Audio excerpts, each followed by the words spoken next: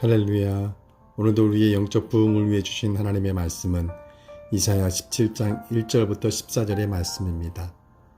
오늘 본문은 아람의 수도인 다메섹에 대한 멸망과 에브라임 즉 북이스라엘의 쇠망에 대한 예언입니다. 본문에서 다메섹은 아람의 수도를 말하며 에브라임은 북왕국 이스라엘을 지칭합니다. 그래서 다메섹과 에브라임의 심판에 대한 예언은 곧 아람과 북이스라엘의 심판을 의미하는 것입니다. 이사야는 오늘 본문을 통해 아람이 하나님의 심판을 받게 될 것이라는 예언은 했지만 구체적으로 그 이유에 대해서는 언급하고 있지 않습니다. 하지만 3절에서 아람의 멸망을 북이스라엘과의 멸망을 연계시키고 있는 것으로 봐서 하나님의 심판, 하나님의 선민 남유다를 침공한 원인으로 이해할 수 있습니다. 아람과 북이스라엘이 남유다를 침공한 이유는 남유다가 아람의 주도하에 결성된 반아수르 동맹에 가담하지 않았기 때문이었습니다. 결국 아람과 북이스라엘이 자신들의 이기적인 목적을 이루고자 하는 탐심에서 비롯된 침공이었으며, 즉 하나님의 백성 남유다를 대적한 악에 대한 심판을 그로 인하여 피할 수 없었던 것입니다. 이 심판은 아수르의 디글랏빌레셀이 아람과 북이스라엘이 유다를 침공했을 때 유다 왕 아하스의 구원 요청을 받고 출정해서 BC 732년에 다메섹을 함락시킴으로 성취된 것입니다.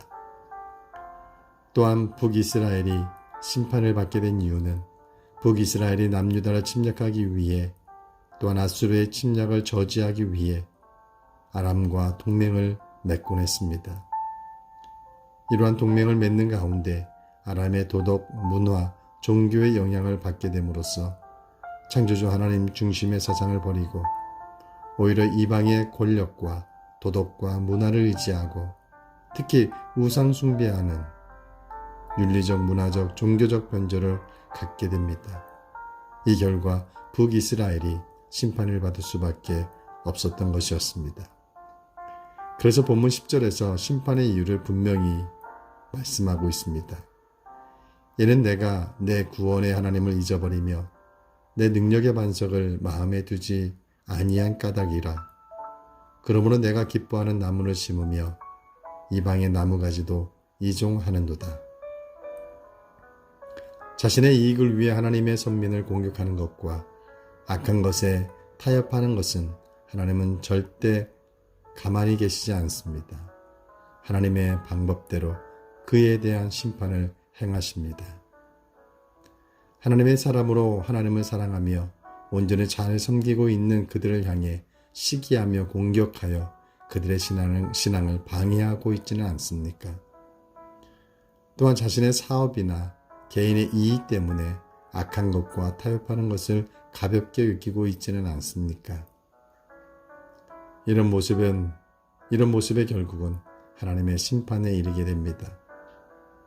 그러므로 나 개인을 향한 하나님의 사랑을 확인할 수 있기를 바랍니다. 나를 얼마나 사랑하시면 하나밖에 없는 아들 예수 그리스도를 보내주시고 십자가의 희생을 감당케 하셨고 그리고 구원에 이르게 하신 것일까요?